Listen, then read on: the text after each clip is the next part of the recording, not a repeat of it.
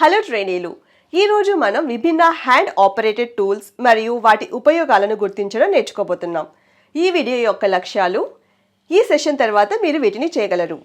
1. చేతితో ఆపరేట్ చేసే విభిన్న టూల్స్ గుర్తించడం. 2. ఆపరేషన్ కొరకు హ్యాండ్ ఆపరేటెడ్ టూల్స్ యొక్క ఉపయోగాన్ని ప్రదర్శించడం. ప్రారంభిద్దాం. ముందుగా ఈ చేతితో పనిచేసే సాధనాన్ని పరిశీలిద్దాం. దీనినే హ్యాండ్ సా అంటారు. మీరు చూసినట్లుగా చెక్కను ముందుకు వెనక్కు తరలించడం ద్వారా కత్తిరించడానికి ఇది ఉపయోగించబడుతుంది. దీన్ని ఉపయోగించడానికి ముందుగా హ్యాండిల్ ను గట్టిగా పట్టుకోండి. అప్పుడు బ్లేడ్ యొక్క బెల్లం అంచుని చెక్కపై గుర్తించబడిన రేఖ వెంట ఉంచండి. అప్పుడు వుడ్ కత్తిరించడానికి బ్లేడ్ ను వేగంగా ముందుకు వెనక్కు తరలించండి. జాగ్రత్తగా ఉండి మరియు బ్లేడ్ మార్గంలో మీ చేతిని ఉంచవద్దు. దీన్ని సమర్థవంతంగా ఉపయోగించడానికి ఇక్కడ కొన్ని ఉపయోగకరమైన చిట్కాలు ఉన్నాయి. మీరు కత్తిరించడానికి రంపాన్ని ఉపయోగించినప్పుడు మీరు దానిని 45 డిగ్రీల కోణాల్లో పట్టుకొని కత్తిరించడానికి ఉపయోగించాలి. మీరు దానితో కత్తిరించినప్పుడు కోణాన్ని మార్చవద్దు. లోతైన కోతలు చేయడానికి రంపంపై నిలువుగా ఒత్తిడిని చేయవద్దు. మీరు వుడ్ను వేగంగా కత్తిరించాలనుకుంటే రంపాన్ని ముందుకు వెనకకు కదిలి వేగంగా పెంచండి. మరింత ఖచ్చితమైన కట్లను పొందడానికి బ్లేడ్ హ్యాండిల్తో పాటు మీరు చూపుడు వేలును ఉంచండి. కత్తిరించడానికి బ్లేడ్ యొక్క పూర్తి పొడవును ఉపయోగించండి. కాబట్టి మీరు బ్లేడ్ను కదిలించాలి అంటే బ్లేడ్లోని పైభాగం మరియు బ్లేడ్లోని చాలా భాగం తాకేలా ఉండాలి. దీనిని హ్యాండ్ ప్లేనర్ అంటారు.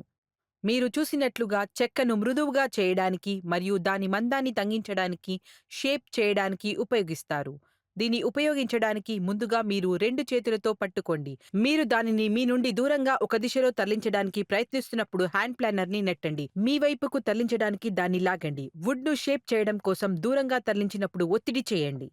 దీన్ని సమర్థవంతంగా ఉపయోగించడానికి ఇక్కడ కొన్ని ఉపయోగకరమైన చిట్కాలు ఉన్నాయి. హ్యాండ్ ప్లేన్ నుండి కత్తిని తొలగించండి. మీరు వుడ్‌ను సులభంగా షేప్ చేయడానికి దానిని పదును పెట్టండి. దానిని పదును పెట్టడానికి మీరు కొన్ని చుక్కల నూనెను ఉపయోగించాలి. చెక్కను ఎక్కువ లేదా తక్కువ షేవ్ చేయడానికి హ్యాండ్ ప్లాన్ కింద కత్తి యొక్క పొడుచుకు వచ్చిన భాగం యొక్క పొడవును సర్దుబాటు చేయండి. పొడవు పెరిగినప్పుడు అది ఎక్కువ వుడ్‌ని షేవ్ చేస్తుంది. పొడవు తగ్గినప్పుడు అది తక్కువ వుడ్‌ని షేవ్ చేస్తుంది. ధాన్యం దిశలో వుడ్‌ను షేవ్ చేయడానికి ప్రయత్నించండి. మేము ఈ సాధనంతో పూర్తి చేశాము. దీనిని ఫార్మర్ చిసిల్ అంటారు. మీరు చూడగలిగినట్లుగా ఇది చెక్కను కత్తిరించడానికి లేదా చెక్కడానికి ఉపయోగించబడుతుంది. ప్రయోజనం సాధించడానికి ఇది ఒక మెల్లెట్‌తో పాటు ఉపయోగించబడుతుంది. దీన్ని ఉపయోగించడానికి ముందుగా హ్యాండిల్‌ను గట్టిగా పట్టుకోండి. అప్పుడు చెక్కపై బ్లేడ్ యొక్క అంచుని గుర్తించబడిన రేఖ వెంట ఉంచండి. దానితో పాటు దానిని కత్తిరించండి. అప్పుడు చెక్కను కత్తిరించడానికి మిల్లెట్ ఉపయోగించి చిసిల్‌ని కొట్టండి.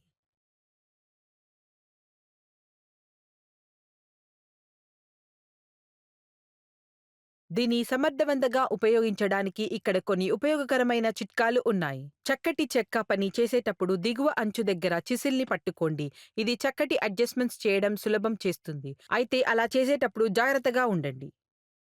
చిసిల్ మార్గంలో మీ చేతిని ఎప్పుడూ ఉంచవద్దు. చిసిల్ ఇంకా చేతి మధ్య చెక్క ఉన్నప్పటికీ ఇది నిజం. కొన్నిసార్లు చిసెల్ అకస్మాత్తుగా చెక్క గుండా వెళ్లి మీ చేతికి హాని కలిగించే సందర్భం రావచ్చు. దీనిని ట్రయాంగులర్ ఫైల్ అంటారు. మీరు చూడగలిగినట్లుగా బ్లేడ్ యొక్క నిర్దిష్ట భాగాలపై రుద్దడం ద్వారా వివిధ బ్లేడ్లను పదును పెట్టడానికి ఇది ఉపయోగించబడుతుంది. దీన్ని ఉపయోగించడానికి ముందుగా హ్యాండిల్‌ను గట్టిగా పట్టుకోండి. అప్పుడు పదును పెట్టవలసిన బ్లేడ్ యొక్క బెల్లం అంచుపై ఫైల్‌ను ఉంచండి.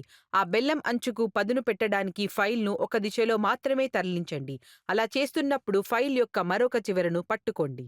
దీన్ని సమర్థవంతంగా ఉపయోగించడానికి ఇక్కడ కొన్ని ఉపయోగకరమైన చిట్కాలు ఉన్నాయి. చేతి రంపాన్ని పదును పెట్టేటప్పుడు మీరు ప్రతి బెల్లం అంచుకు ఎన్నిసార్లు పదును పెట్టారో లెక్క పెట్టుకోండి. ప్రతి బెల్లం అంచుకు ఒకే విధంగా ఉంచండి. అలాగే ఒకవైపు నుండి ప్రత్యామ్నాయ బెల్లం అంచులను మాత్రమే పదును పెట్టండి. ఇంకా మరొక వైపు నుండి బెల్లం అంచుల సెట్‌ను పదును పెట్టండి. దీన్ని ఆయిల్ స్టోన్ అంటారు. మీరు చూసేలాగా ఇది వివిధ బ్లేడ్లను పదును పెట్టడానికి ఉపయోగించబడుతుంది. దీన్ని ఉపయోగించడానికి మొదట దీనిని టేబుల్ ఉపరితలంపై ఉంచండి. అక్కడ అది గట్టిగా ఉంటుంది. ఆయిల్ స్టోన్ పై నూనె వేయండి. అది బ్లేడ్ ను పదును పెట్టేటప్పుడు లూబ్రిగెంట్ గా పనిచేస్తుంది. అప్పుడు పదును పెట్టాల్సిన బ్లేడ్ ను ఆయిల్ స్టోన్ పై ఉంచి దానిని పదును పెట్టడానికి ఒక దిశలో తిప్పాలి లేదా ఒక దిశలో కదిలించాలి. ఇది చాలాసార్లు పునరావృతం అవుతుంది. తరువాత బ్లేడ్ ని తిప్పి అదే ప్రక్రియ పదే పదే జరుగుతుంది. మేము పైన ఇచ్చిన 2 పద్ధతులలో ఒకదాన్ని మాత్రమే అనుసరించాలి. ఒకేసారి రెండిటిని ఉపయోగించకూడదు. బ్లేడ్ యొక్క 2 పక్కల ఒక్కొక్క మెథడ్‌ని యూజ్ చేయకూడదు. దీన్ని సమర్థవంతంగా ఉపయోగించడానికి ఇక్కడ కొన్ని చిట్కాలు ఉన్నాయి. బ్లేడును పదును పెట్టడానికి ఉపయోగించినప్పుడు అదనపు నూనెను రాయండి. ఇది ఆయిల్ స్టోన్‌ని సరిగ్గా లూబ్రికేటెడ్ చేస్తుంది. దీనిని టెనెంట్ సా అంటారు. మీరు చూడగలిగినట్లుగా ఇది గింజల వెంట మరియు గింజల అంతటా షార్ట్‌కట్ కోసం ఉపయోగించబడుతుంది. దీన్ని ఉపయోగించడానికి ముందుగా హ్యాండిల్‌ను గట్టిగా పట్టుకోండి. అప్పుడు బ్లేడ్ యొక్క బెల్లం అంచుని చెక్కపై గుర్తించబడిన రేఖ వెంట ఉంచండి. అప్పుడు వుడ్‌ను కత్తిరించడానికి బ్లేడ్‌ను వేగంగా ముందుకు వెనక్కు తరలించండి. దీన్ని సమర్థవంతంగా ఉపయోగించడానికి కొన్ని చిట్కాలు ఉన్నాయి. లోతైన కోతలు చేయడానికి రంపంపై నిలువుగా ఒత్తిడి చేయవద్దు. మీరు వుడ్‌ను వేగంగా కత్తిరించాలనుకుంటే రంపాన్ని ముందుకు వెనకకు కదిలే వేగాన్ని పెంచండి. కత్తిరించడానికి బ్లేడ్ యొక్క పూర్తి పొడవును ఉపయోగించండి. మీరు బ్లేడ్‌ను కదిలించాలి అంటే బ్లేడ్‌లోని పైభాగం ఇంకా బ్లేడ్‌లోని చాలా భాగం తాకేలా ఉండాలి. మరింత ఖచ్చితమైన కట్లను పొందడానికి బ్లేడ్ హ్యాండిల్‌తో పాటు మీ చూపుడు వేలును ఉంచండి. ఇది అక్యురేట్ కట్స్ చేయడంలో మీకు సహాయపడుతుంది.